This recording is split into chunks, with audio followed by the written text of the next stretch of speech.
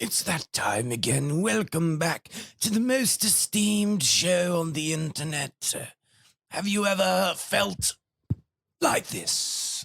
We're completely snubbed by the Australian Podcast Awards. We'll make our own awards and give them to ourselves. The Round the Twist Podcast Awards for podcasts regarding Round the Twist. I can't believe we were only nominated. I know, right? Fucking bullshit. It's okay. My other podcast will win. The Nanny and Watching the Nanny by Aaron Twist. This episode was called The Copy, and it was interesting. It was what it said on the tin. Mm. I mean, again, I think it was definitely one of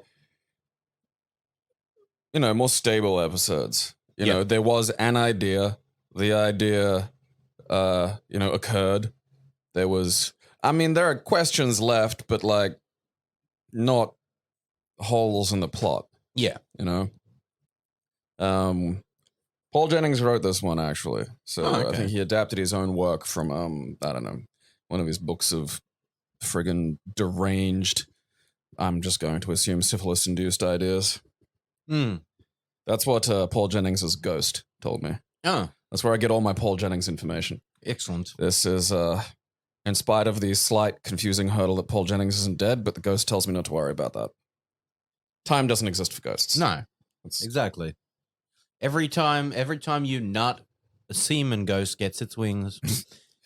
This episode started off a little title sequence with the title sequence of a sci-fi looking head with blonde hair. Was it? I thought it was the mask. Yeah, that's what I said. Sci-fi looking head. It was like a tribal mask. It didn't look sci-fi.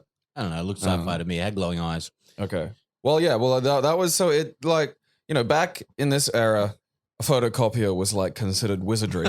So the magic that made the copy machine work was basically a photocopy laser. Mm. And so I can sort of understand why, it was a tribal mask, but if you thought it was made of metal or something, because the eyes were kind of, they weren't like what you'd expect. Well, it looked a little Papua New Guinean, but not made out of the I know it white looked tribal clay. because I said it looked like one of the heads from.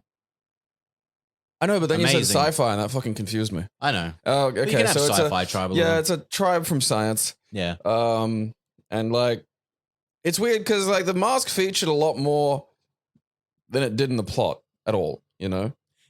I just find it a little odd. It's not a bad thing, but it's just a little bit odd. So the Twist Kids, we open again with the music room.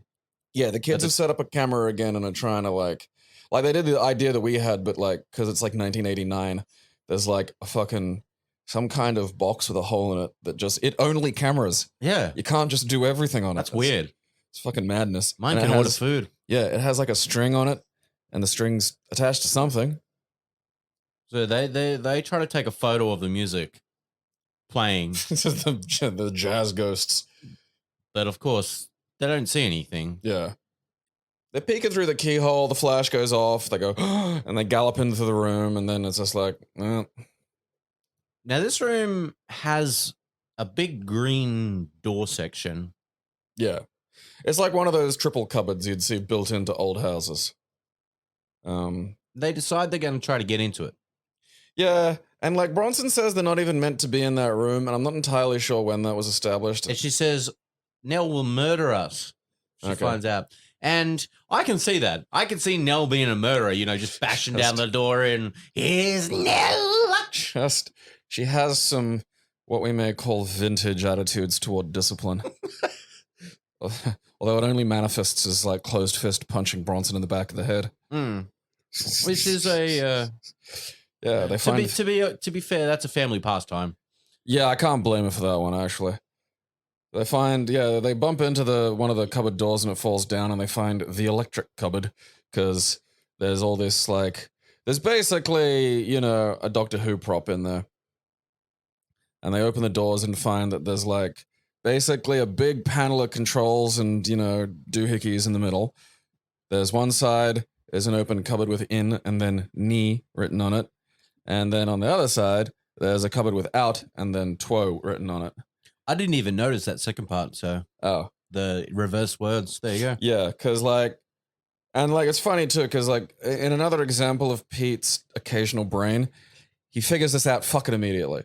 Like he gets a clock, sticks it in the shelf in the cupboard, pulls the big fucking old timey, Frankenstein's monster fucking switch, and then produces a backwards clock. It does, yeah. It copies the clock. A second one appears, and they do remark, "Hey, it's backwards." Yeah, which is a big point of this whole episode. I mean, sort of. Like when I first saw it backwards, and because they, much like Pete, you can kind of figure things out if you've seen enough shit. So it shouldn't surprise anyone that eventually someone gets in the cloning machine. And when I saw that they were reversed, because I can barely remember these episodes and stories, I thought, okay, they'll clone someone and it'll be like a reverse version of them. So I don't know, evil, because we could have, in my telling of this, that'd have been evil Bronson. That's where I'd have gone. Then we straight find away. out that's just the normal Bronson. The other one was actually less evil. Well, we have annoying Bronson and not annoying Bronson. So we'll just keep not annoying Bronson. They're all annoying. Extremely annoying Bronson. Yeah. So Linda copies the weird mask. Yeah, Linda copies the mask. That's that paid off. And then they do a reverse on the mask as well. And one of the copy just disappears. Yeah. So they got a thing that deletes the copy. Okay. Bronson's upset because he doesn't get his go. And he wants to copy a hamburger. Which is Bronson style, yeah. Only thinking with his stomach. I mean, to be fair, It would solve world hunger, yeah. I mean, yeah. It'd solve my hunger and the immediacy, But I mean, I'd be kind of, worried. It's okay, can I eat copy food? How's this working? Because it's not it's not like a cloning machine where there's a vat and some goo and it grows a thing. It's using lasers and magic. So I'm not sure what's coming out, Is it like a direct molecular copy at the fucking, the level of the vibrating strings? Or is it some kind of kind of cheaper facsimile that won't nourish me? What if I eat the copy food and it makes me full, but it's not putting nutrients in me because the nutrients aren't being copied, Or it might be reverse nutrients. What if my burger tastes like shit? Yeah, no one wants that. Yeah.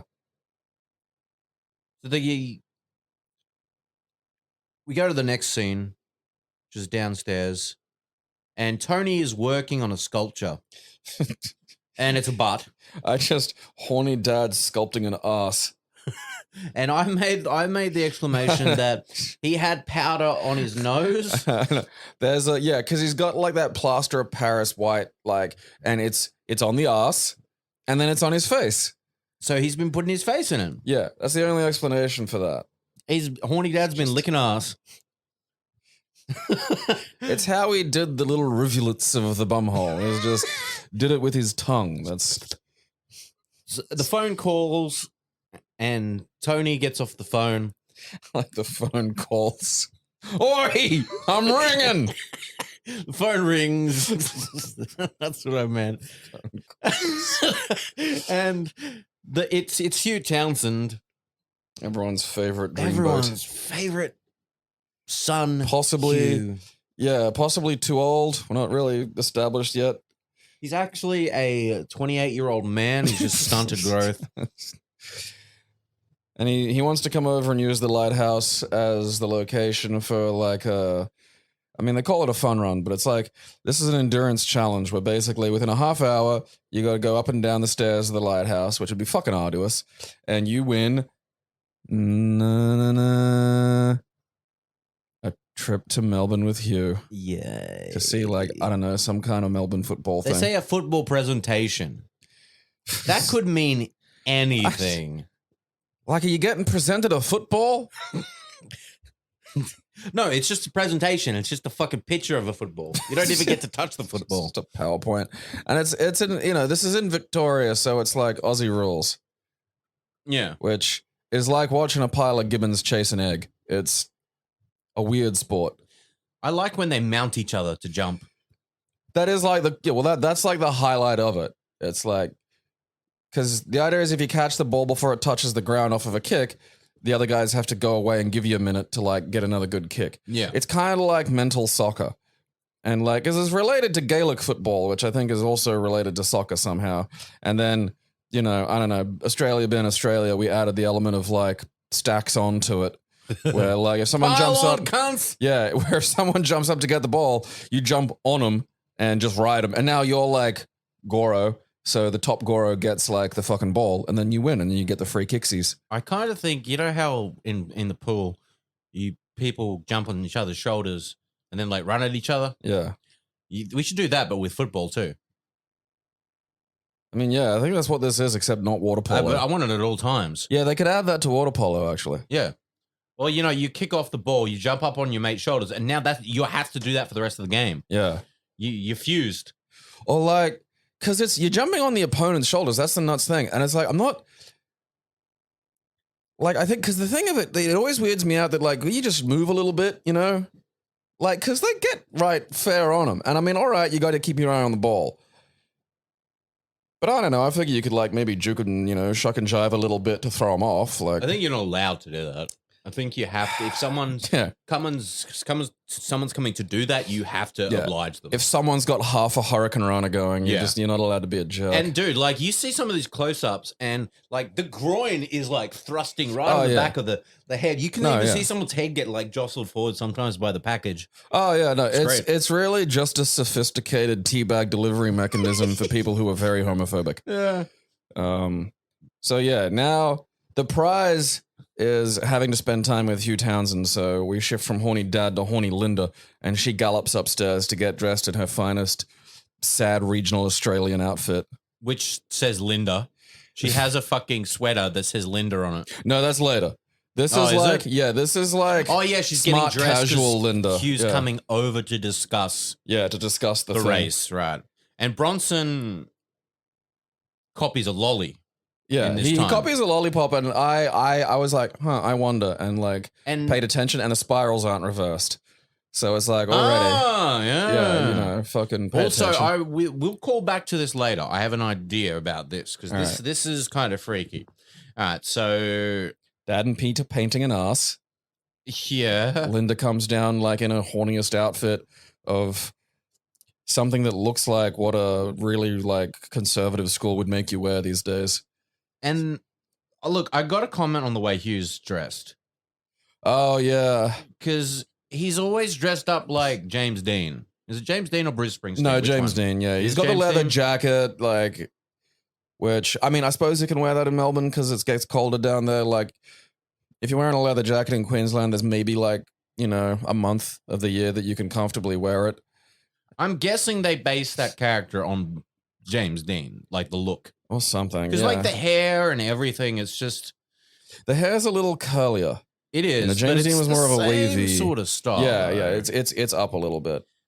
It's what someone who was 40 in 1989 would think would be attractive to a 14-year-old girl. Yeah, which is a fascinating labyrinth to traipse down.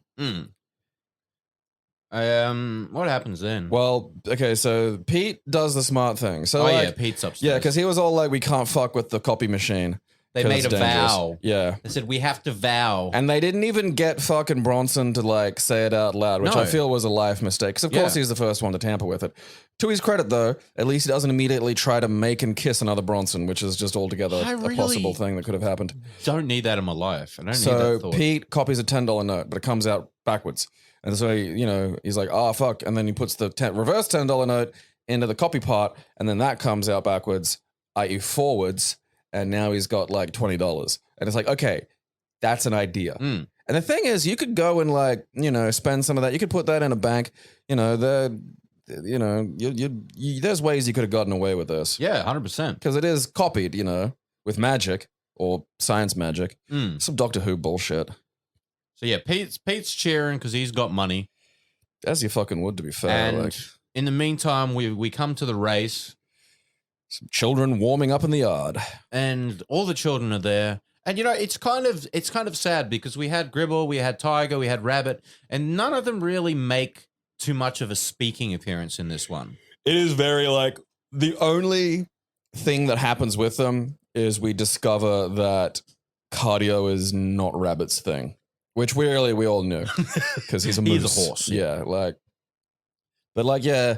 I mean, again, it's another one of those things where I feel like this could have been like a 2-parter or a 1-hour episode. I feel like this section could have been cut down a lot. Yeah, or just So once that they talked about it, okay, we're going to have a race. You got to go to the top of the lighthouse and back down. Yeah, whoever does the most laps in 30 minutes wins. And so we get a montage of this set to weird music, just going, yeah. Because as soon as it started, it triggered my brain memory because it's like, ding, ding, ding, ding, ding, ding, ding. Yeah. And it's just a bit odd. That for like 5 minutes. And like, Linda's horny. And to be fair, I understand how that can motivate, because one time I was going jogging, and again, like much like Rabbit, I am not a cardio-based entity, but like, I got to where I usually turn around. Like this was a few years ago now, and I was jogging across the Story Bridge, and I get to where I usually turn around, except there were just 2 hot girls there, so I kept running. And I wound up doing a personal best in terms of distance and time. And so, look, fair cop. So she's gunning it though. Yeah, she's running herself and ragged. It's like, that's a sprint. You're in a marathon here, so I'm just like, pace yourself, Yeah, even Faye says you might want to save some for later, Linda. Yeah. And then she has the bright idea. Well, like we get Pete in his room full of fucking shit. Pete puts a sign on his door that says, keep out. Yeah, which is fair because I wouldn't want an athletics carnival happening in my house either. And we get a view of Pete's room, to which he has copied music posters of his favorite artist, Zan. And so, okay, because he's got, it pans through the room and we see all these Zan posters, and it's like, you can just do that.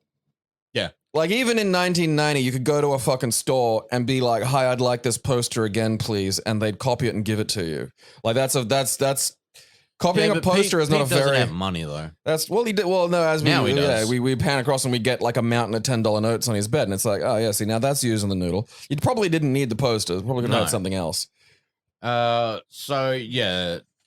Linda, in a staggering display of horny-inspired irresponsibility. This is like, I'd say it's out of character for Linda, but again, the horny. Yeah, she kind of expires a little because she's out of breath. Yeah. She collapses in her room and then sees under the bed. Or is this Bronson's room? This might be Bronson's room. Because there's a rabbit under the bed.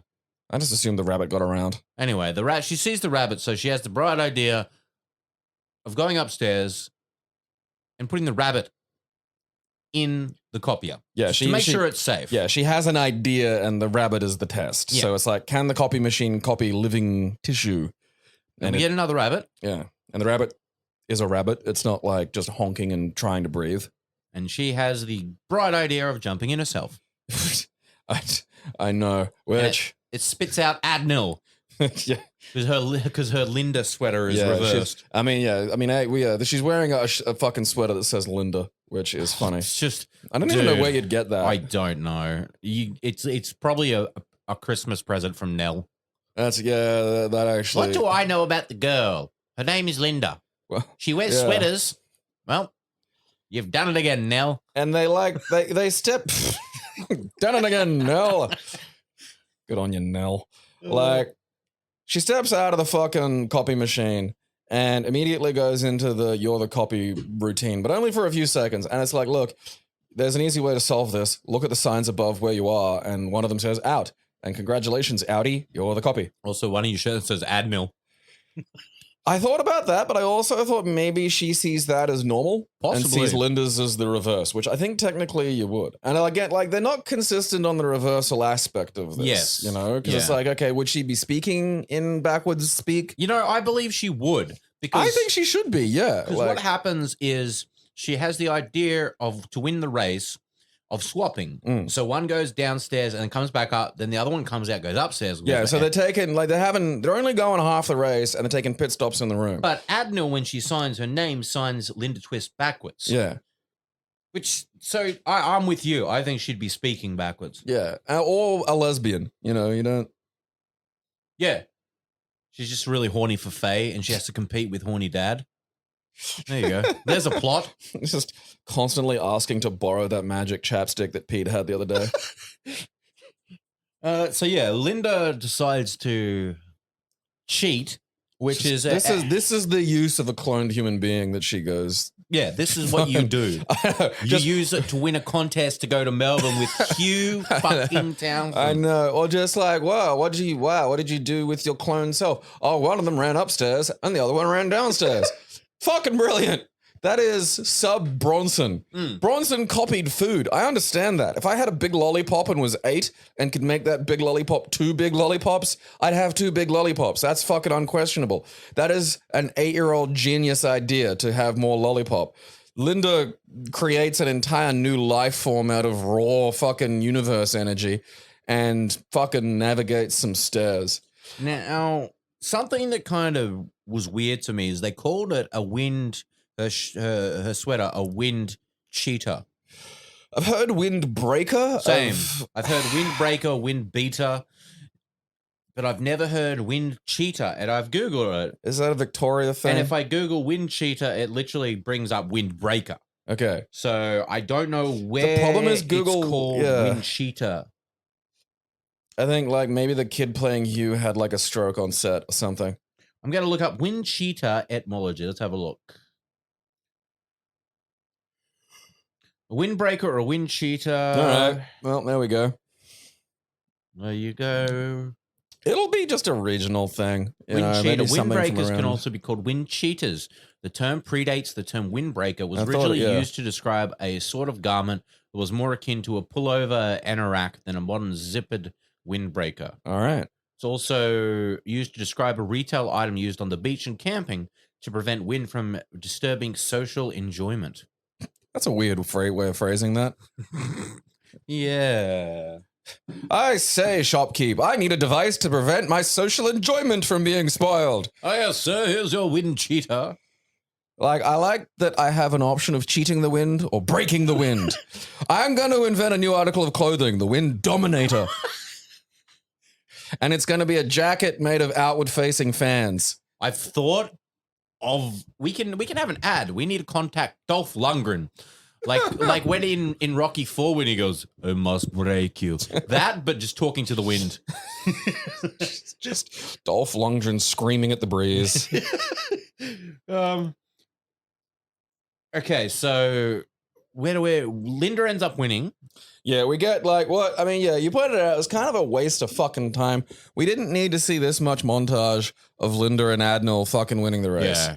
But I feel like if we just saw like a few seconds of it, that wouldn't have felt like enough. And I'm thinking now, it's like, what's the rules in a montage, you know? Because I feel like if you imagine, you know, we brought up the Rocky, you know, because half of that film's him fucking punching meat in Russia. Yeah. Like, if that was just like 30 seconds, it wouldn't have felt enough. But then it's like, well, how much do I need to see him doing fucking ab work to know that he's fit? In a 22-minute TV show, you can probably cut out at least 30 seconds to a minute of that section. Yeah, I mean, I do feel that was long, but I also feel like there is too short for a montage, which interests me because it's the first time I've thought about that. You know, like if it was just, I suppose Rocky IV could have cut out the weird robot. Everyone forgets that. Rocky buys the old guy a robot, and I think he has sex with it at one point. I am intimate with Rocky. It was one of my favorite movies, and I had the DVD box set early on when they like brought it out, and I watched the shit out of those movies. But yeah, no, Paulie, Rocky's brother-in-law. Oh, that's right, yeah, because the trainer is a robot. Which, to be fair, spending huge portions of your income on an 80s robot is something a boxer would do. Like, that is tremendously accurate. It's like, you know, you could have saved that or put it in a bond or invested in your moron friend's idiot business idea and lost it all. But no, let's buy your friend a robot. For those who have seen Family Guy, you might have actually seen a parody of that. Yeah. And this will make sense because Paulie comes in on a Segway and he goes, look what we're not going to buy with this money, and then crashes into a wall. That's making fun, essentially, of the silly technologies that existed. It's like a really Gumby 80s robot too. Like, it's such a bizarre, because it doesn't fit the fucking You remember when the remote control robots became a big thing? Yeah. And they had the serving ones with the little trays? Yeah. What the fuck, man? They were dumb. They came out for like one Christmas and then just went away because they were so stupid. They don't work yet. No. We're getting closer, but we're not there yet.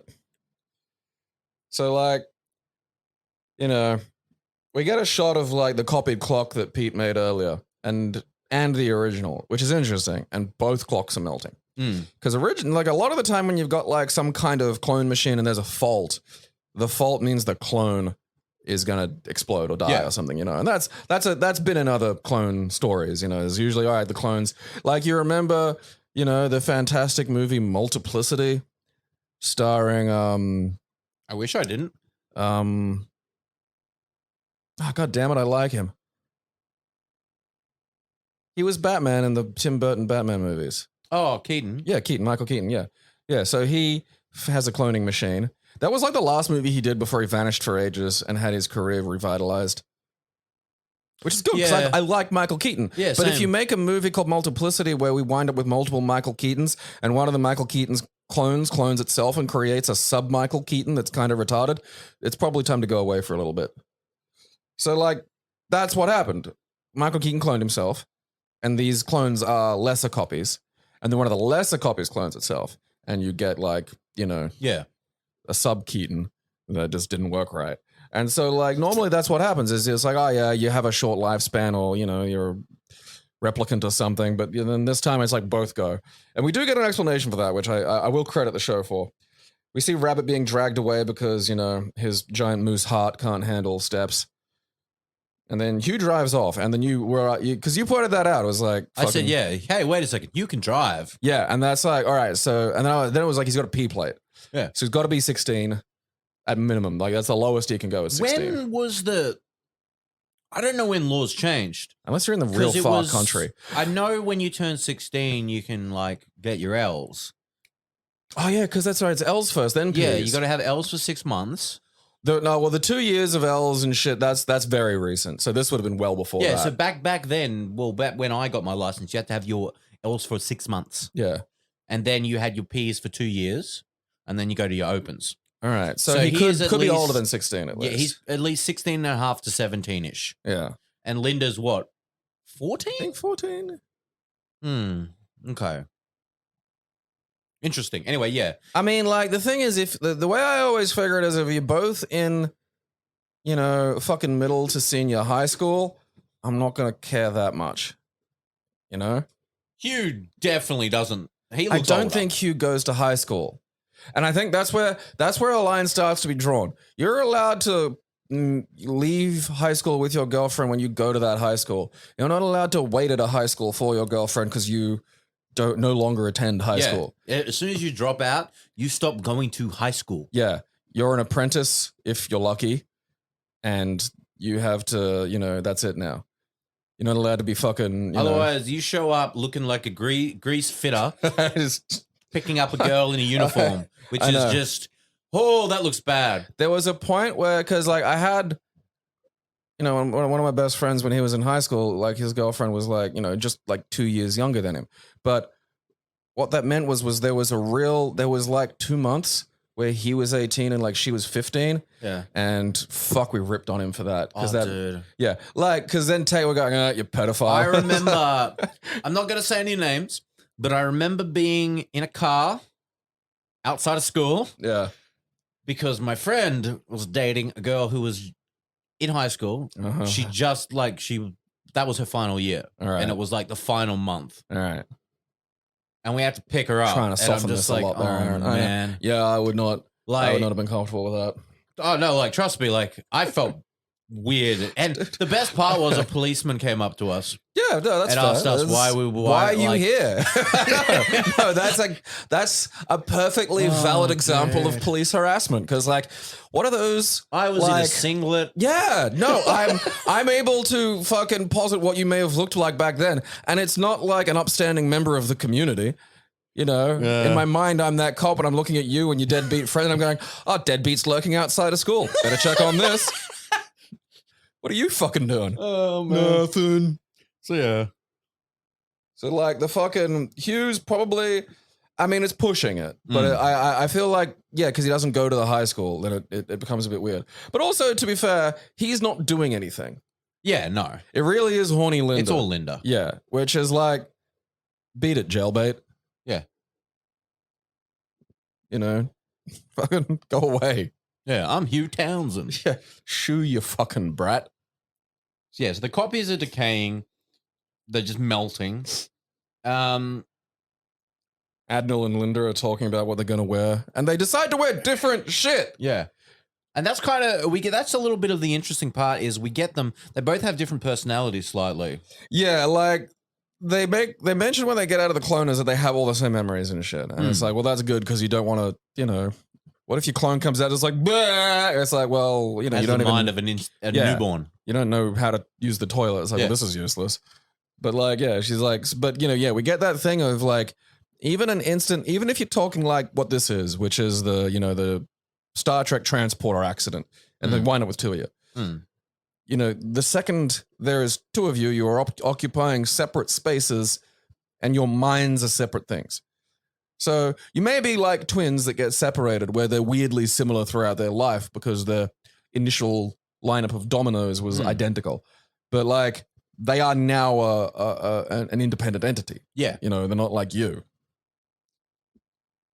So we get like them talking about their outfits and that saying that Hugh is nice. And I thought at this exact fucking moment, and they said, Hugh's nice. I'm like, what do you base that on? She asked, what's he like? And she goes, oh, he's nice. He's lovely. It's like, is he? Have you spent time with him? Yeah. What do you know of him? You know? Because all we've got so far over the series is Linda thirsting for him. Yeah. That's it. And to be fair, like nothing we've seen of him has suggested that he's like, nice. Yeah, or a heartthrob or anything. Yeah, he's always been kind of like, he's always struck me as self-absorbed. Yeah. Like that, definitely. Like fucking, he's nice. It's like, nah, he's not. Like, fucking pay attention. And so we get, what is it next? Bronson bringing Nell. Yeah, Bronson brings Nell some cookies. And he goes, oh, Nell, I've baked you some cookies. Oh, that's nice. And she looks at them and immediately goes, wait. You baked all of these yourself? Yeah. Kind of. And then she says, you've been using Tom's old cloning machine, haven't you? To which my mind just goes out the side of my head because it's like, you can't just utter a sentence like that. Because you're saying it like it's everyone's knowledge. Oh, yeah, the old cloning machine. Yeah. Tom's old cloning machine. Yeah, we all know about that. No. Also, and something I just thought, it's harder to make one cookie by itself than it is to just make a tray of fucking cookies.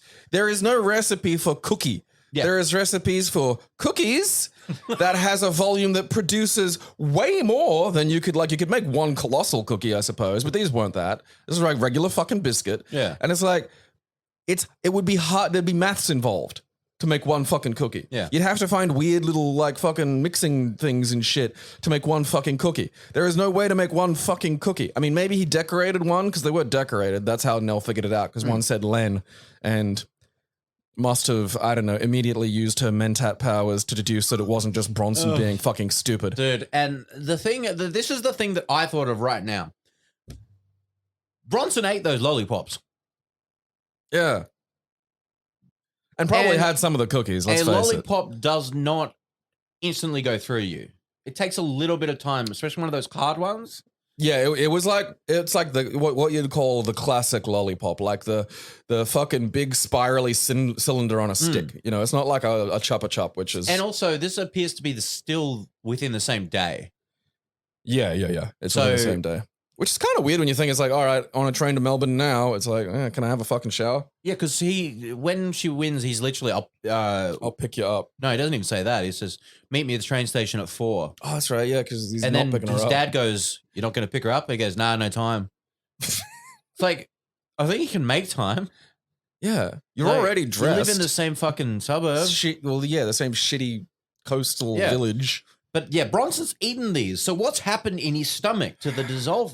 I mean, if it's just sugars, it probably came apart at like a molecular level or a submolecular level or like a weird fucking vibrating string level. I mean, I'm assuming his body just wouldn't have noticed. Because once you get small enough, it just doesn't really fucking matter, I think. Like, it's just going to phase through. I want his eyes to boil over and melt out of his skull. That's just natural. Yeah. We could spend whole episodes on that. So yeah, Nell, we work out that that's a bad thing. She tells us that copies Yeah, we get an explanation for the law of thermodynamics where you can't like make something from nothing. Yeah, she says that, Tom's inventions have never worked correctly. Yeah. And as you said, you can't just make something from nothing. It goes against nature. So it splits the energy. I was actually quite amazed that they went, because that's a very fucking... That's an actual explanation for this. It's like, why does it hurt both? Because you've divided the energy like between them, and that's unstable. I was like, oh, yeah, that's a perfectly good sci-fi explanation for why my clone's melting. And you also get a kind of that's a little bit of inkling of why the machine exists, because Tom was an inventor and nothing ever works properly. Yeah. So they're like, all right. I mean, I'd have maybe like taken it apart or something, but all right, just bought it up. Yeah. And then like, we get fucking Linda realizing that Hugh's a tool because she's sitting there desperately trying to start a conversation, and Hugh's just got headphones on and is ignoring her. Which is great. Yeah. And she tries to like start a conversation. And then the weird train guy, like, because like, okay, so like, in the Great Southeast, or just the Southeast of Queensland, there's what you'd call a train service, and it's just like a train. You just get on it, and you go a place. The longer distance ones that goes between like Ipswich and Caboolture, which is a fair distance. Like it's an hour and a half sitting on the fucking train. They have toilets on them now. They don't have food service because fuck you. Like some of them I've seen, like I think some in the UK have like little shops on them and shit or something. I don't know. To me, that's fucking weird, because how long can a fucking train across that tiny little fucking freckle of a place take? Like that's insane. Don't they have like those trains that are like train comfort rides where they go slow and shit? And but there are those. But like, this looks like a travel train. Although I suppose if they're out in the middle of the fucking sticks, they're probably the same damn thing. Well, they are going from Port Naranda to Melbourne City. Yeah, that would be probably a good few hours. Well, yeah, it's at least from the coast. So yeah, you got this weird dude opening the carriage and going, "What did he say?" Train food, hot dogs, hot pies, and they sound garbage because they probably are. And then Linda doesn't. He said them hot. Yeah, dogs, no, because that's the fucking pies. Yeah, because he's another one of those things in this show that is weirdly focal but gets zero explanation. I think he might have been the same dude at the sewage plant. I think this guy was too young. Possibly, poop guy was a bit older. I think he was fatter, actually. Yeah. But then, like, so Linda says, like, oh, we'll just eat there. And then Hugh just looks at her and goes, there's no food there. I want some food here. Can I borrow some money? Dude. Like, Linda, every single memory of this boy has to be trashed because he is no good. Red flags. Yeah. I mean, like, if you're at least on a date and you expect her to pay, fine. But this isn't a date yet, Hugh. You gotta at least be conversing with the woman, give us some fucking value for money here.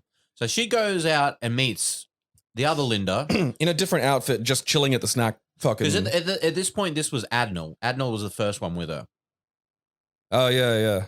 Because that's right. Adnal was in the casual clothes, Linda, yeah, and the other one was in the dress. Yeah, Linda was in the fancy dress. So they go meet in front of the snack man and talk a little about him. Yeah, and then she goes back, but this Linda immediately gets sucked into Hugh's, I'm going to talk about myself. Well, sundresses are fun dresses, Aaron, so Hugh starts paying attention to her. And he's like, has I ever told you about the time I kicked the winning goal, blah, blah. And the thing that pissed me off about this is if you start a sentence like that, you've just told us the outcome of the story. Yeah. You can't just do that. You got to go, hey, have I told you about the time, my team was tired, blah, blah, blah, with this? Oh, yeah. Oh, that reminds me of this thing that happened, like, with a thing. And then they go, what? What thing? And then you can tell the fucking story. Don't just info dump. Don't just exposition at a woman's face. No. But she buys it into it anyway and sits there kind of goo-goo-eyed for a while. In the meantime, we also see, I forgot that the rabbit is left in the room with the cloning machine. Yeah, and the cloning, Linda or Bronson, whoever, it would have been Bronson because he made the cookies. Oh, yeah, that's right. So Bronson's left it on. Yeah, because we didn't see that happen. Yeah. But yeah, you can infer from available information that Bronson left the cloning machine on. And the rabbit walks into it and it just starts spitting out rabbits. Now, the machine is getting a little overloaded at this. Yeah, we get the machine overloading. We see it sparking a little. We've got Tony and the rest of the Twist family frantically trying to head off Linda. Oh, hang on. When's? Oh wait, yeah, hang on, because we get like a moment because this bit stuck out because when you brought up Okay. the fucking weird train food guy, Sure. because like Linda comes back to talk to fucking Admiral, having realized that like you know, Oh, he's a douchebag. yeah, that fucking Townsend's a douchebag, and there's like the snack guy's just face is prominently in the background, like he's listening to this conversation and is interested by it, and we get like a close up on his face for a reaction shot for something for zero purpose whatsoever. That's just it. Yeah. It's not to add. He's not like going, "Oh, what a funny story," or "Why are there two Lindas?" Yeah. Like it's not like he knows. That's he's what I not thought relevant was to gonna any happen. of this. He was going to look and go, whoop, whoop, Yeah. whoop. I didn't know there's you were two. twins, or Yeah. you sisters. But no, or really, literally like, just, he's in the background for no reason. And you can see his face. It's not like it's just like he's in the background being a snack bar guy, like an extra. Yeah. Like he's in the background, like he's relevant to this, and we get a fucking close up on his face. It's like just snacks. Like great, fucking what's I that feel for? there might have been a lot of cut footage for this Yeah, need the director's cut. because the fun run went too long, and we've got that weird scene that adds nothing. So yeah, I want the director's cut. Shots damn of it. the snack bar guy.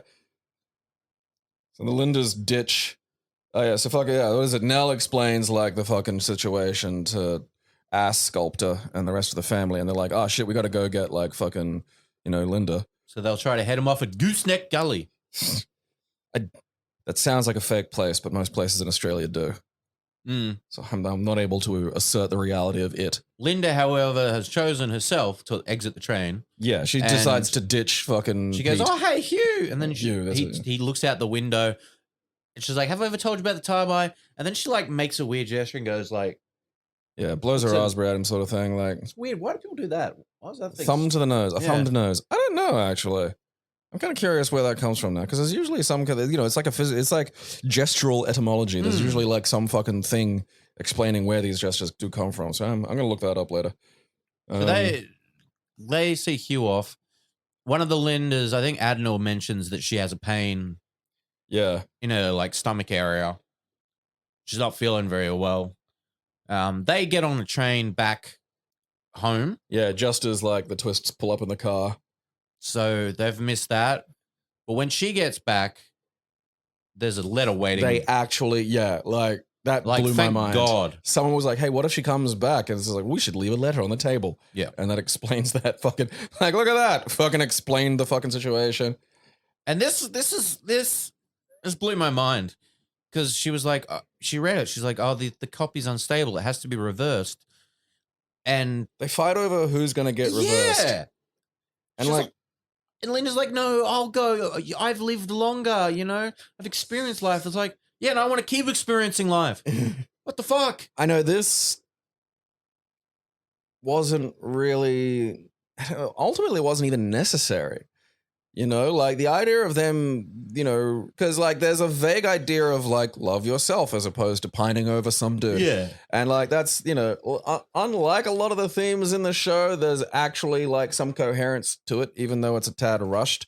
But like, this them fighting over who's gonna, sacrifice themselves so the other may live, just kind of cluttered the episode. Like I feel like they could have easily just been like, let's figure out a way of preventing this. Because like you're thinking, oh yeah, she's gonna dissolve. So they gallop upstairs fighting over who's gonna get deleted from the universe. Pile into the room to find the fucking just bunnies everywhere and the machine like freaking out. And it's like, oh, this is wow, what a fucking problem this is to the how are we gonna overcome this? And then the machine breaks. It's like, Jesus, now they can't reverse it. What's gonna happen? And then all the clones just disappear. It's just like, well, the machine's broke. And so they have this like, touching moment where they're calling each other sis and shit. And they have a moment of special effects where definitely special. Yeah, the two Lindas are, close to each other in a way that you can't just do a split camera shot, which is what they've been doing for the entire run of the fucking, show. She dissolves in her arms. Yeah, like that kind of bothered me because like the clock melted, as in melted. Yeah, Looked like a melted clock. yeah. Some I wanna fucking see her Dali shit. I want to see Yeah. some body horror shit. The rabbits just fade. Yeah, Off and they it's go. just fade away. And like, And that just, Nell just comes in and sees after watching like the clone you just like decided is your sister, just like try to forget about it. Yeah.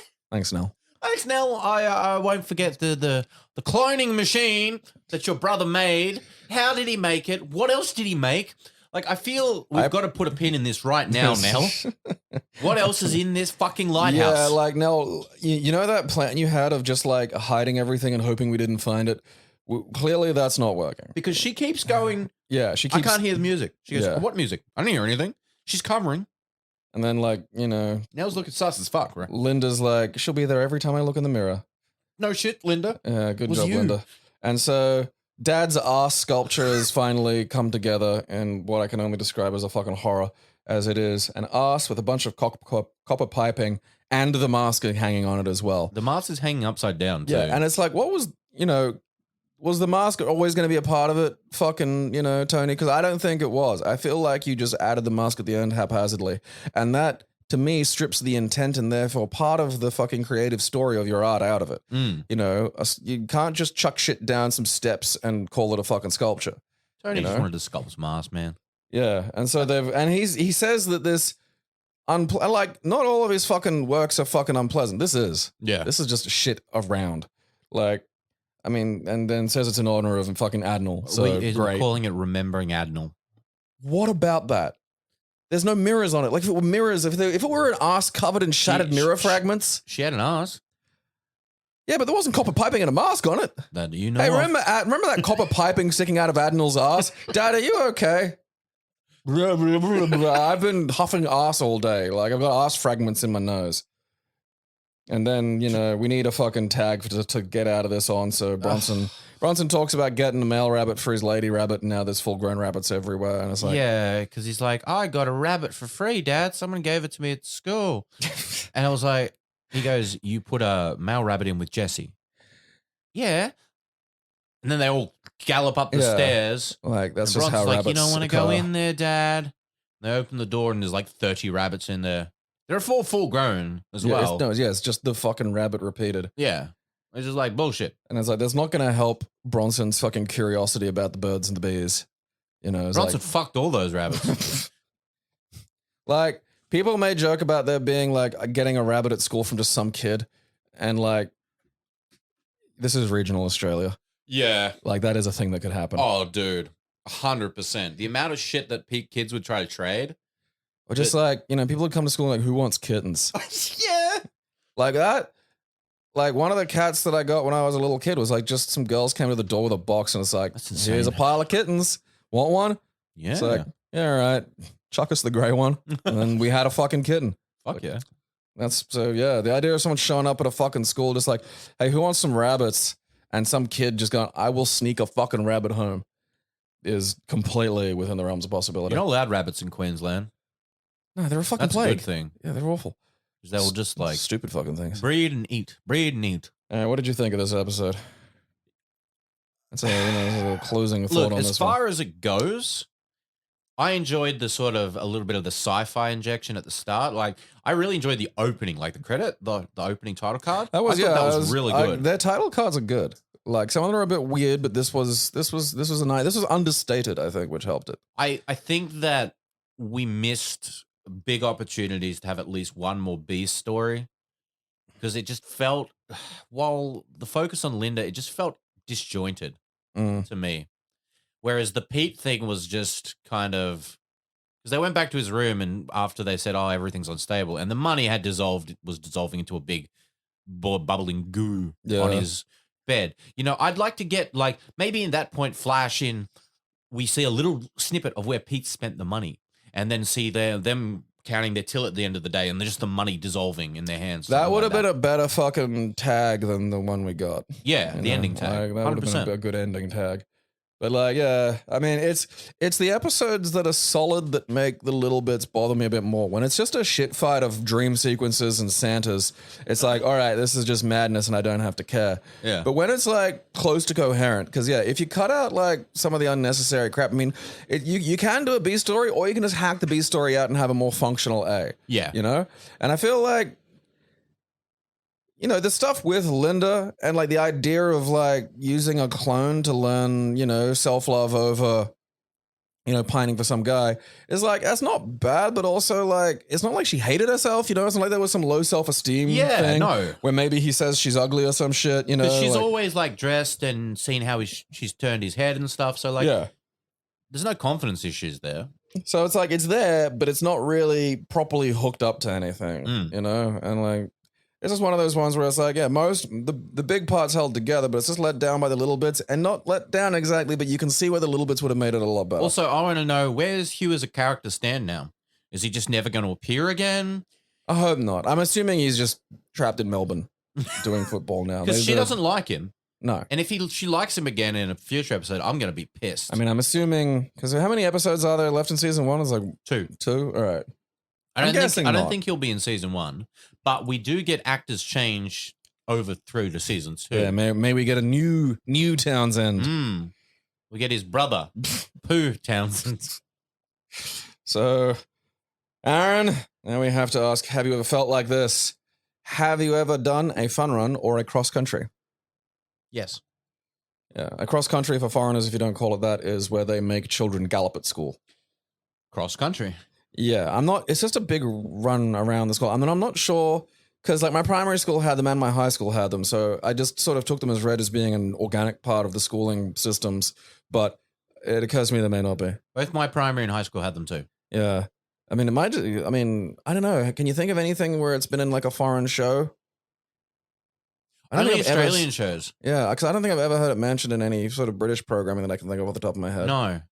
Well, I mean, Britain's too fucking grey to run in. Yeah, see, that was my first thought. It's just grey and rainy, so they wouldn't make the children go outside. And it's also like maybe there's snow or some shit. So like you just beat the children indoors as opposed to making them go on this like quick death march. Yeah. No, I remember 2 cross countries explicitly. And one was, I can't remember if it was grade 4 or 5, but it was around then. I had asthma. So running plus heat equals suck. Yeah. So yeah, I just remember running with my puffer and just being like, yeah, I'd just walk them because they made us. I mean, that was a fun one when I was in, or it wasn't, it was a cross country when I was in year 11 or 12. And that was a fun one because the guy that was on speed all the time looked like he was winning for half of it, like a solid half of this fucking thing. And then he just stopped running. And I think like, we all thought his heart had exploded or some shit, but it just like, I think it was just the fucking speed wore off. And like, there was nowhere for him to sneak off and get like a fucking extra dose. So I was like, well, that's that over, which is kind of a shame because like watching like some methed out Sonic the Hedgehog win the fucking fun run would have been really funny. Yeah. That was also the same fun run where the big fat dude's knee exploded. Excellent. Yeah. I mean, he was like power lifter fat. Like it was like, you know, the kind of thing where you could put like a yoke on him and make him plow your field and he'd just be okay with that. Yeah. I remember like a friend of mine running into him after school had finished, like, you know, kind of the year after high school where there's just like, you know, there's a few people who've, you know, gone straight into university immediately and then people are just milling around. Yeah. And he saw him at a video store with like his girlfriend who was like in her 30s and had 2 kids. And they were renting porn, which is just fucking stellar. That's fucking, yeah. That's the other fun run I remember was, well, cross country was high school one. And our high school had our oval at the top of the school and it was surrounded by bush. And I went to Albany Creek. Yeah. So you know where the there's pool that, is. Yeah, then there's down a from forestry. The pool, there's that forest area. Yeah. So we had to go through there. If that's still there. And around back on the other side of the oval. We just went through there, straight through to where the cars were parked, got in our car and went to KFC. That is very clever. So you had your license quite early. I didn't. A friend did. Okay. But I think I got my license around when I was 16 and a half. Yeah, that makes sense. All right, what's question number 2? Have you ever met someone you greatly liked / respected or was horny for? So like, you know, you ever pined after someone and managed to, you know, get into a conversation with them? You ever had a hero and met them? Yeah, something like that. I met Tommy Tallarico, who is... Sounds like a Silver Age superhero. Effectively, he is. He is a video game composer. So he did the music for Earthworm Jim, all the Virgin games, like the Aladdin's, all that stuff. Yeah. Him and his team were quite ahead of the curve in audio at the time for making something that would sound close to the movie. So yeah, I met him at Supernova, and that's how I kind of got into the game industry. Because then meeting him, then I got to go to Pandemic Studios and do some QA through them and stuff like that. So yeah, I'd say that's probably one that sticks out in my mind. Cool. Let's see. Let's have an eye. I don't know. Actually, Have you met the Colonel? Is the Colonel here? I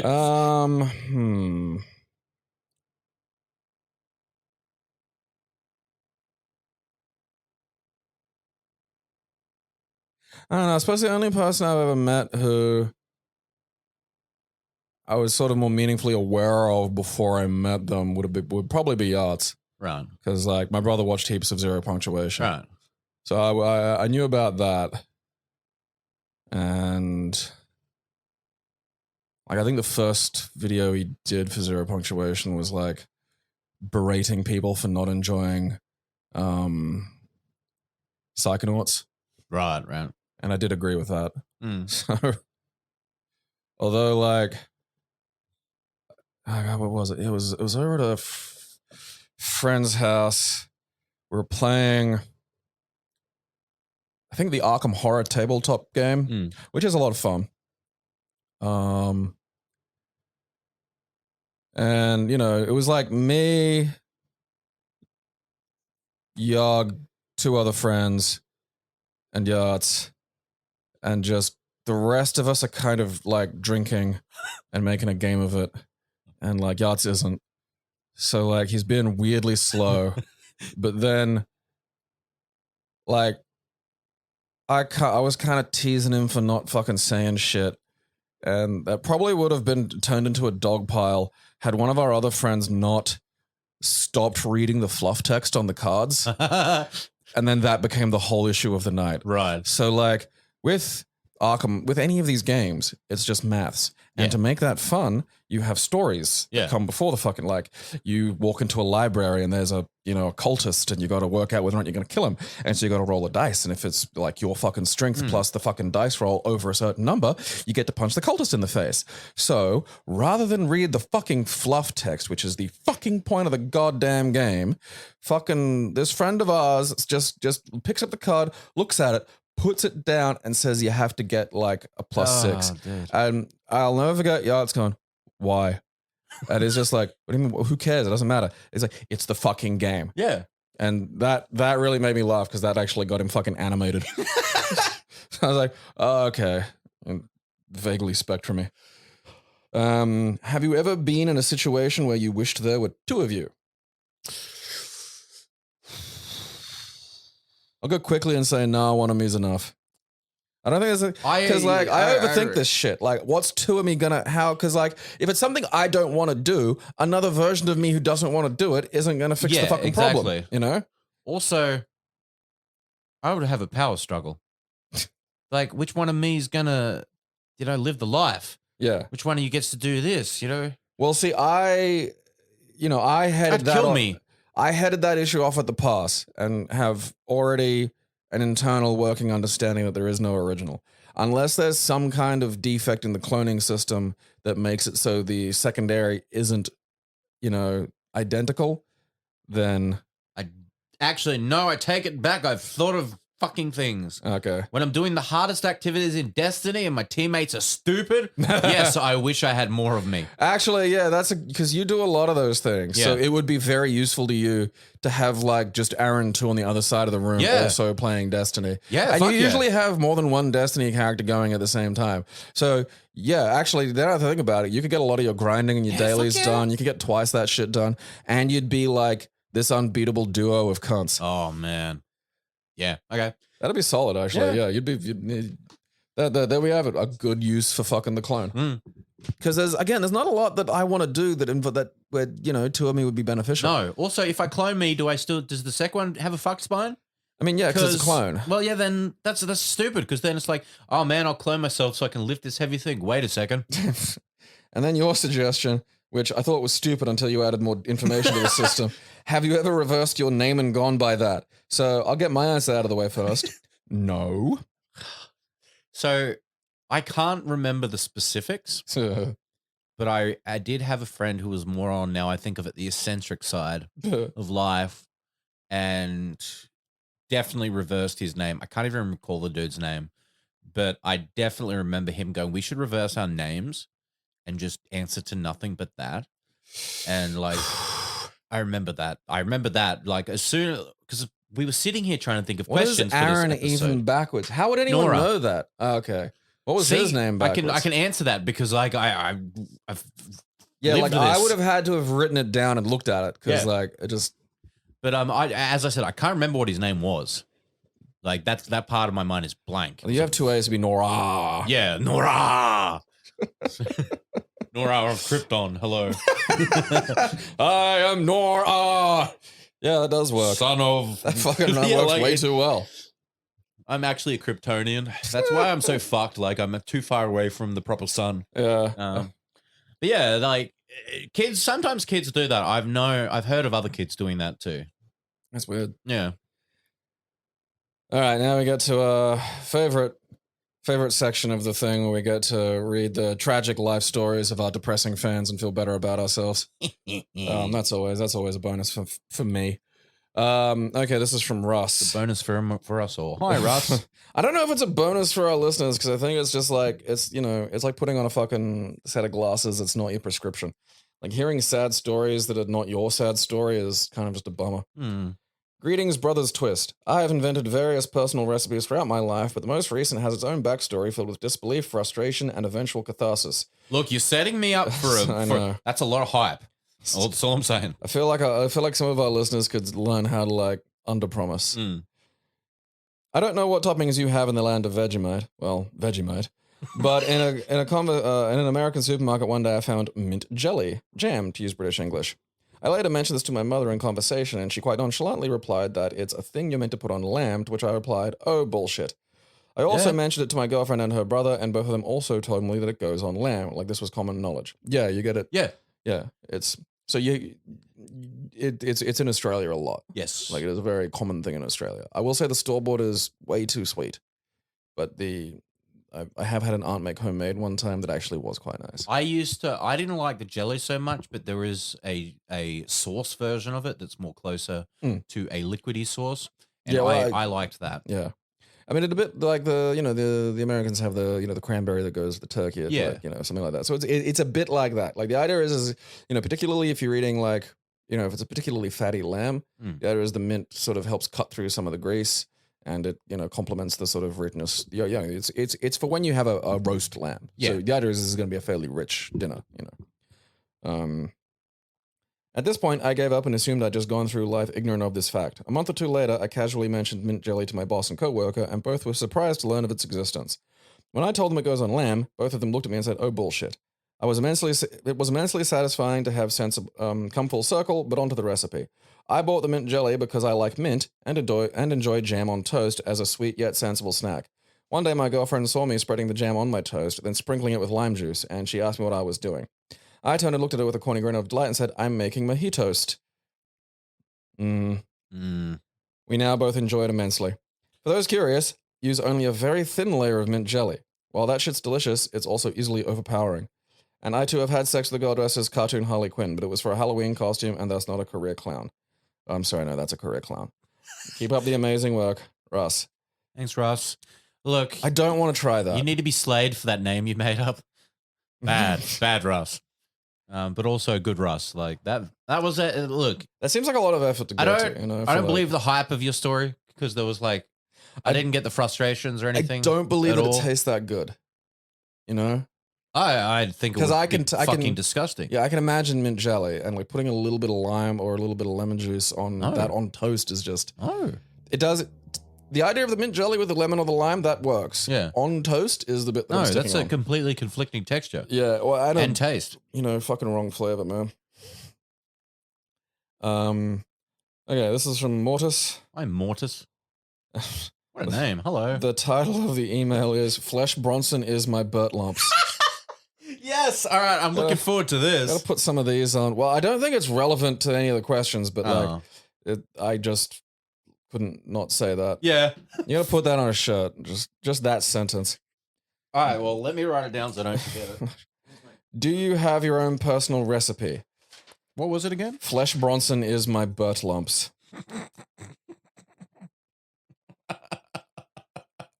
See, I like that because that, you could just wear that as like on a black shirt with white writing. Yeah. And like,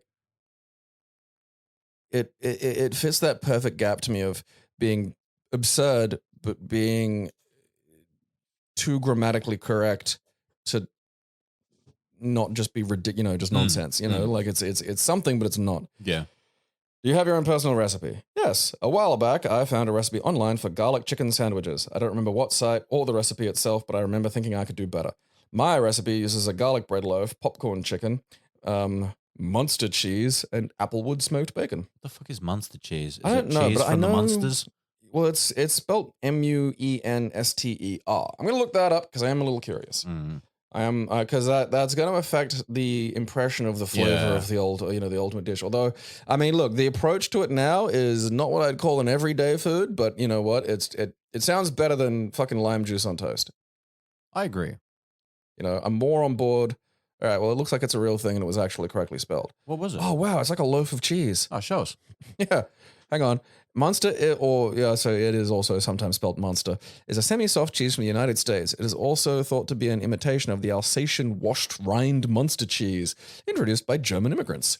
It is distinct from the processed dairy food sweet Munster cheese. Look at this fucking shit. It's just a loaf of fucking... I know. I wonder if that's in Australia. I like That's the idea insane. of like, I Loaf want... cheese. Yeah, I want a loaf of fucking cheese. I do not, because I cannot eat cheese properly. Well, I can eat cheese. I can't process it properly.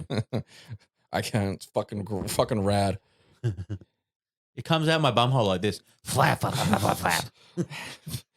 It's like someone's starting a really ratty fucking trailback. Pretty much, yeah. Have you ever been scared of clowns? Yes, but only at a young age. I was at a fair one time and there were clowns there. They weren't doing anything other than juggling bowling pins. I don't know if it was my autism or whatever, but it just unnerved me seeing, a clown. Weirdly enough, Killer Clowns from Outer Space didn't scare me. Unlike the other horror movies my dad tried desperately to get me to watch. Don't ask. I won't. I don't know. Like, if I was just walking down the street, right, and I turned a corner and there were just two clowns there juggling, like, bowling pins and no other explanation for their existence, that would give me the willies. Yeah. Clowns just juggling at a fucking fair or something, Yeah. it's like, all right, They're that's... supposed to be there. Yeah, like, that's a clown. I mean, I'm in the clown's environment. You know so why technically clowns this is never my really fault. scared me too much? Is because we always had the clown heads at Tops.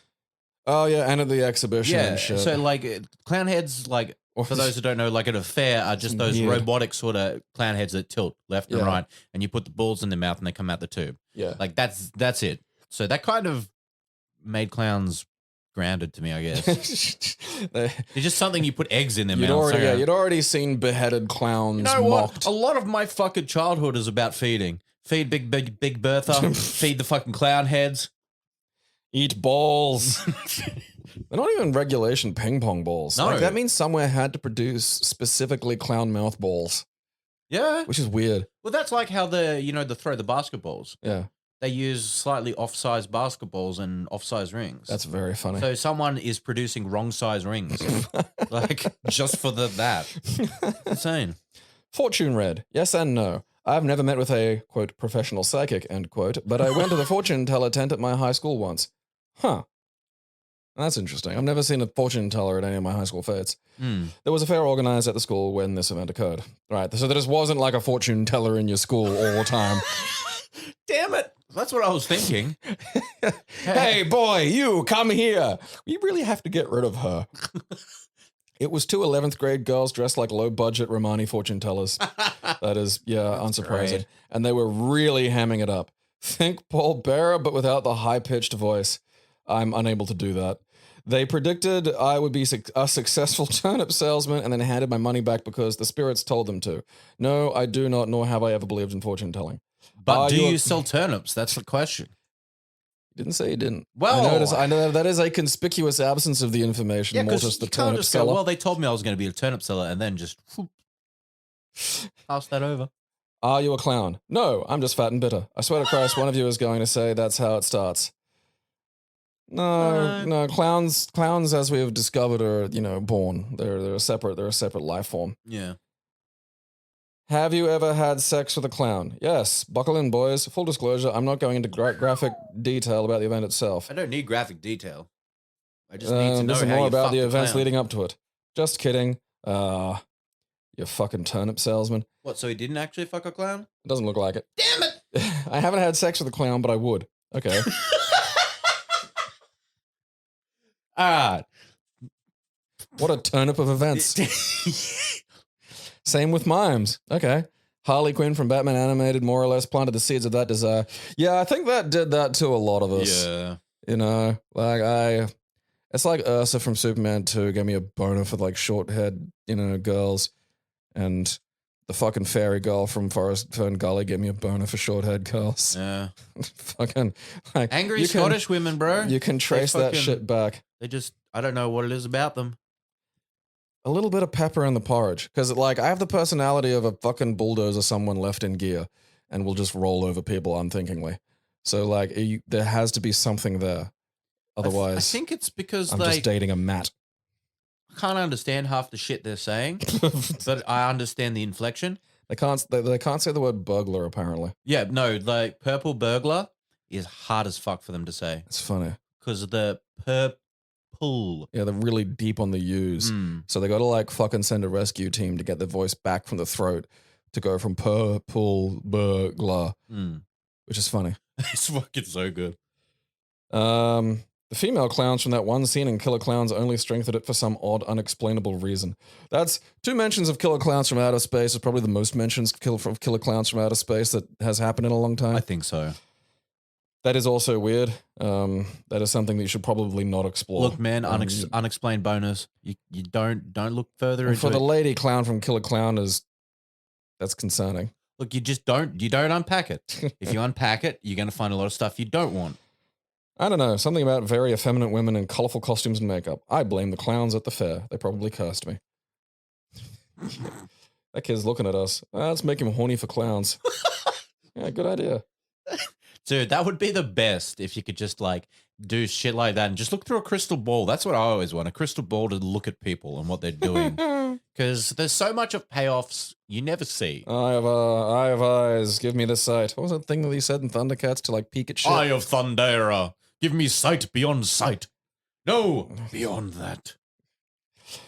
Okay, this one's just titled I Haven't Felt Like This, but just a shout out, which is this equivalent of when a student in university raises their hands and goes, actually, this is more of a comment. So, great. God damn it. I know I sent a shout out a while back about how your road trip videos helped keep me chill and keep me asleep when mum was in hospital, but I just wanted to say that the No All episode on YouTube really cheered me up. My dog of 14 years passed away on Monday from a pretty horrific stroke that left him all kinds of fucked up, and I bumped into the No All episode yesterday and listening to it really cheered me up. Not just because I really like listening to you guys, but also Gabe's own story about of talking about showing his dog the circus made me reflect very strongly on what I'd shown my dog and what he'd been through. It made me realize that he'd lived a long, experience-laden life. So I wanted to say thanks for that. Also, thanks to Aaron because he doesn't hear it enough, and his mention of watching that horrific fucking Around the Twist episode while whacked out on THC made me hoot with laughter because I can't imagine watching that fucking episode when off your head. Oh, it was an experience, but thank you. Fucking you. I'm sorry. You get that shit prescribed. It's like medical grade. I'm sorry to hear about your dog, man. That sucks, but yeah, it's lived a long life and sounds like it's lived a good life. So the trick is don't form emotional bonds with anything. You say that, but I just look at that doorknob and I'm like, man, that doorknob's pretty sexual. Hello, King of Australia and his pet gorilla. Here is my personal recipe. Okay. If I was a king, where's my riches, damn it? Heat maple steak seasoning in a pot. I don't know what that is. And add 2 diced onions and bell peppers. All right, so this is an American thing. Till glazed and sweet. Next, add a quarter or more of ground meat. I prefer chicken. Then blend 5 Roma tomatoes and add to the pot till a light red color becomes a dark, less liquid form. And lastly, add 2 eggs mixed till cooked, then serve. Okay. That sounds ghastly. It does. A bit late, but a surprising feat of strength was recently I had to help move a pinball machine to an upstairs apartment. That. Are you the pinball wizard? Have we found them finally? My long search is over. That is very funny because having helped people move a million things a million times, Yeah. like you will run into that where it's just someone has through accident just created the most cartoonishly awful series of circumstances to move a thing anywhere, and it's like the worst thing in the worst position. It's like, oh, what's this? Oh, a whole actual pinball machine. It's like, where the fuck did you even get that? I know how much those are. They're like at a minimum of $2,000.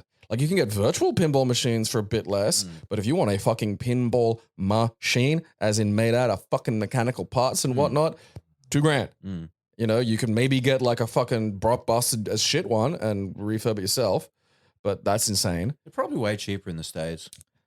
I mean, I know the virtual ones are a little easier to get, but like, because I've looked into this, like, I want a virtual pinball machine. What's a virtual pinball machine? Okay, so imagine like a fucking, 32-inch TV laid flat, and then they project a pinball machine. Oh. And because they've got like basically the fucking, it's got like fake depth and shit. Yeah. And it looks good enough for me. Like I don't give that much of a shit about pinball. I just want it because people have created digital versions of all the classic pinball machines. Yeah, and you can just download it and have basically a launch box of pinball. That's cool. Yeah, so it's an option. I understand. They sell little ones like the size of a shoebox and shit, and there are things you can put your tablet and stuff into. But I was like, I want a stand up one. Yeah. But I'm still working on getting my fucking primary arcade cabinet built. So I don't know. I don't know. What even is that maple steak seasoning recipe though? That is like, because this reminds me of fucking watching like weird fucking infomercials at night, and like they'd have the recipe for the fucking device that only the device could help you make. Yeah. Like there was this thing called the fucking bash chop or some shit. There was like a chopper that you whacked it. You put something in and you whacked it and it cut the thing, and you're like, oh yeah, look at that. Yeah. And they had this thing called the one skillet dinner, and it's like, yeah, you just get some like fucking pepperoni, some bell pepper, some onion, some potato, put that in a skillet and pour maple syrup on it, and then you eat that because there's something wrong with you. Ew. Yeah, I don't like. What is this supposed to do? Like, it's like, so onions, capsicum, maple steak seasoning, a big pile of ground meat, and like the tomatoes. And it's like, okay, that's almost like fucking. That's kind of like a weird Mexican or like maybe a bolognese or something, But then it's just like, oh yeah, chuck two eggs in there. That doesn't sound like a recipe. That just sounds like you're making a bunch of random shit in a pan. Yeah, you're like, what else do I have in my house? Yeah. Also, maple steak seasoning sounds gross. Well, again, it's that sweetness factor that goes into so much American food. It's like, I don't want that. I remember when I went to America, I was fucking astounded because we went to this nice sort of Italian-looking restaurant, and we sat down, and they were like, "Oh, would you like some bread?" Blah blah, and they brought out the bread. It was sourdough. And I'm like, oh, sourdough. And I picked it off, broke it off, took a bite out of it. Sugar. And I'm like, you what? It's sourdough. It's not supposed to be sugared. It says sour. Yeah. that blew my mind. So there were 3 people, including myself, trying to get this thing up a narrow staircase. Yeah, no, I hate, my brain is... Like, I'm flashing back to trying to move, like, fucking computer desks and shit, and it is hateful. Like, I'm willing to bet he didn't get the fucking legs off the thing either. So, because if you take the legs off, if you take apart a pinball machine, and you can, because that's how you do it, you can take the head off, you can take the legs off, then you have, like, a heavy thing, but it's a rectangle. There's a box. Yeah, you can get that in. And the rest of it's fucking easy. Yeah. Yeah, I can just, yeah, it's already, I don't want to take it apart, then I have to put it back together. And it's like, well, fuck. Yeah.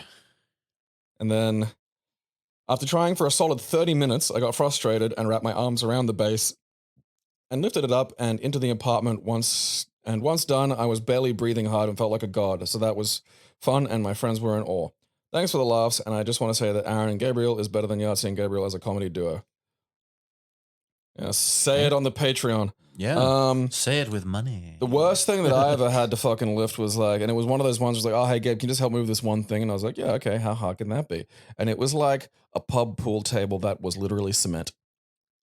So it was felt, but it was over fucking cement. Oh. And it is one of the single heaviest things that even Sounds with so egregious, dude. Ugh. even with a fucking group, like there were like 4 of us there, and like, again, I comfortably bench press 80 kilo. I used to lift the fucking full kegs back at the bar and shit, and those are like 80K, I could like fucking just lift up friends and stuff, so it's not like this shit.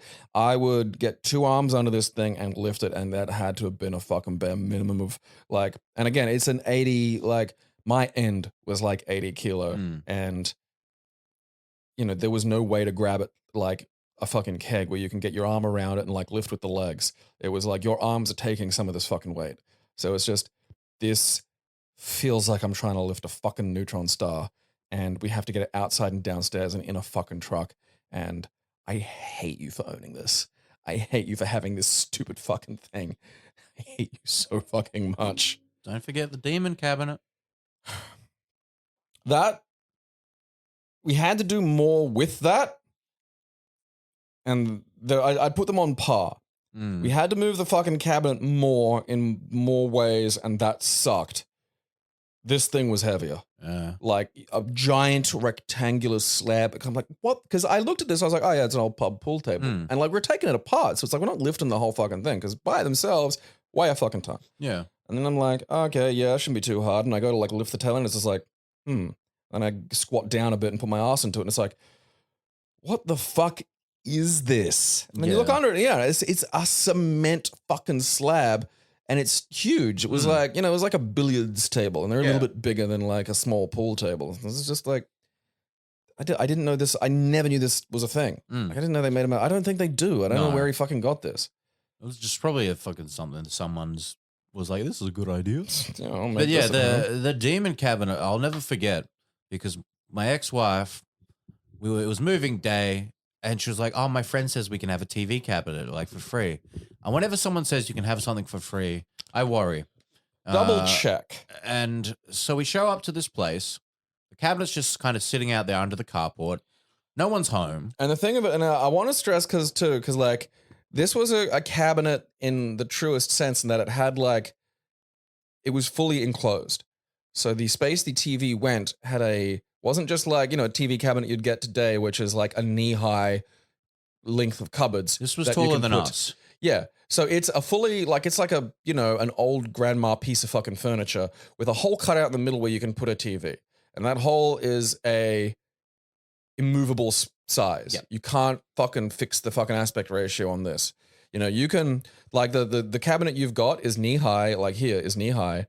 It's long, and you could fit a variety of televisions on it. Yeah. You have a really big TV, and you could have a TV bigger than the 65-incher you got here. You could probably fit an 85-inch television on this cabinet easily. Yeah. Right? Because I don't think the feet are going to get that fucking wide. Yeah. Whereas this one is just like this, and it looks like that fucking cream-colored, wood shit that you'd see in like a grandma's house.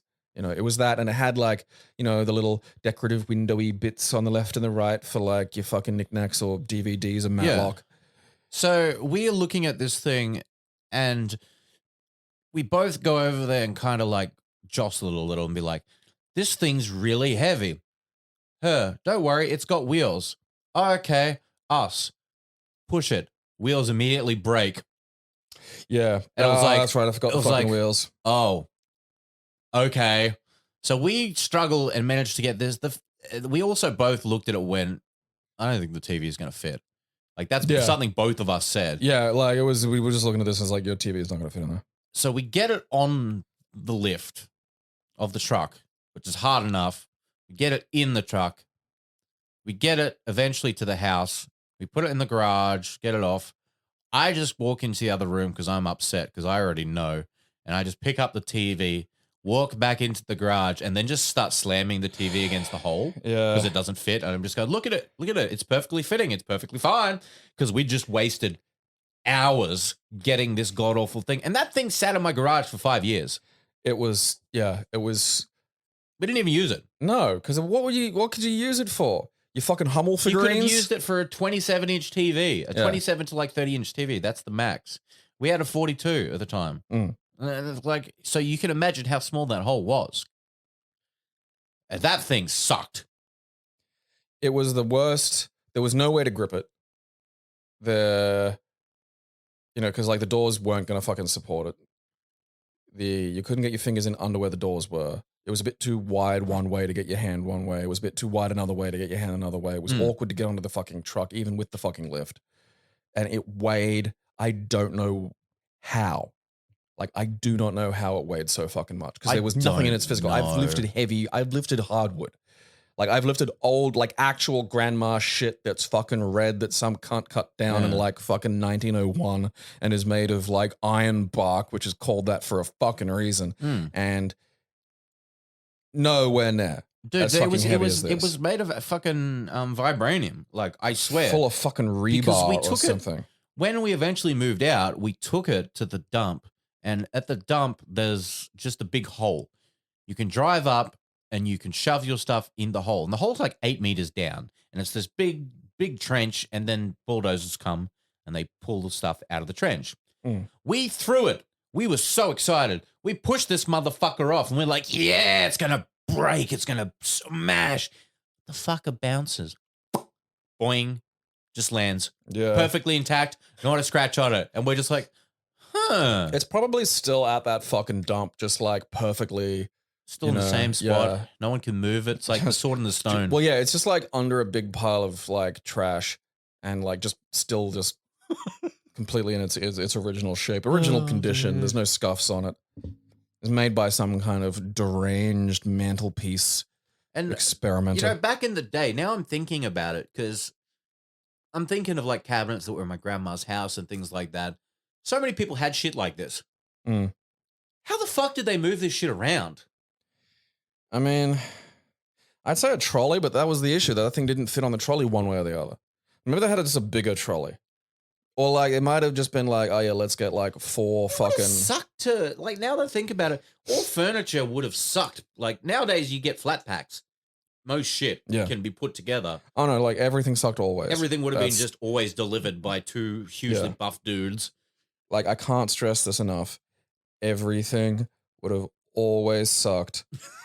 Always. Yeah. Like there is no not fucking goddamn suck. Like, you know, again, when my dad was a kid, like, you know, we're not talking about like, oh, you know, black and white TV for a while. There was the, you know, a toilet in the backyard that didn't go anywhere, you know, and a guy came and picked the poo up. And like, that's a reality that he lived with.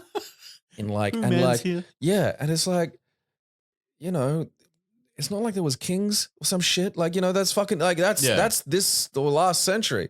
You know, that was like the 50s and 60s in fucking Queensland, you know? Like my parents remember when some fucking, you know, visionary in Australia or in Brisbane was like, hey, let's get the fucking sewage system set up. You know? Yeah, good idea. Yeah, and well, like, cause like fucking like I think the tunnel's named after him. Like that's him. Oh, Clem Jones? Yeah, I think it was Clem Jones. Because he was like, you know, rather than run it under the road, which, because the road, half the roads were already put there. So it was like, well, we'd have to fucking dig it all up. It'd be crazy. Put it under the fucking footpaths. And that was why it got done really quick. Yeah. So suddenly, he managed to drag fucking Brisbane out of the outside shitting period. Excellent. Yeah. So glad for that. Thank you. No. I don't want to have to leave my house to poo or pee. No, fucking anything. Like everything about that fucking sucks. Like, I don't like having to get up out of my bed to pee and it's just on the other side of the house. Yeah. That's annoying. If I had to go on the other side of my house and then outside in the dark before good LED torches existed, I was probably using a lantern, let's fucking face it. Oh, man. And you're sitting there in the dark and it's dusty and there's probably spiders. There's definitely horrible things you're sharing that space with. And last but not least, you are sitting over a pyramid of shit, you know. What if a shit spider comes up? That could be a real thing. What if, like, there's got to be spiders that live in poo. I assume so. Like, so I don't need no poo spiders coming trying to get my bum. My poor little pale white bum. Poop spider took me bum. Okay, all right, ladies and gentlemen, we have brought your questions to you. We've learned some truly miserable recipes. And most of us would fuck clowns. So, you know. It's been a good day. There's hope for them yet. You can find us and our many adventures at keepitclassy.com. And you can find me on Twitter at KEC Aaron. Gabriel, where can we find you? I'm Gabriel on guard. Nice and easy. Nice and easy. Although I think my name at the moment is Vladimir Putin because I've been bored. Yeah, I've noticed that. Every time I go to fucking tag you in something, I get pissed off because it's just different again. I have to double take to make sure I'm tagging the right person. I haven't been changing my picture though, so like, yeah, you know, that's a help. Because it does drive me nuts when someone changes the name and picture, and then I'm like, "What the fuck is this shit? Who are you? Why are you here? Are you an ad?" All right, we have felt like this. Take care. We'll see you next time. Toodles.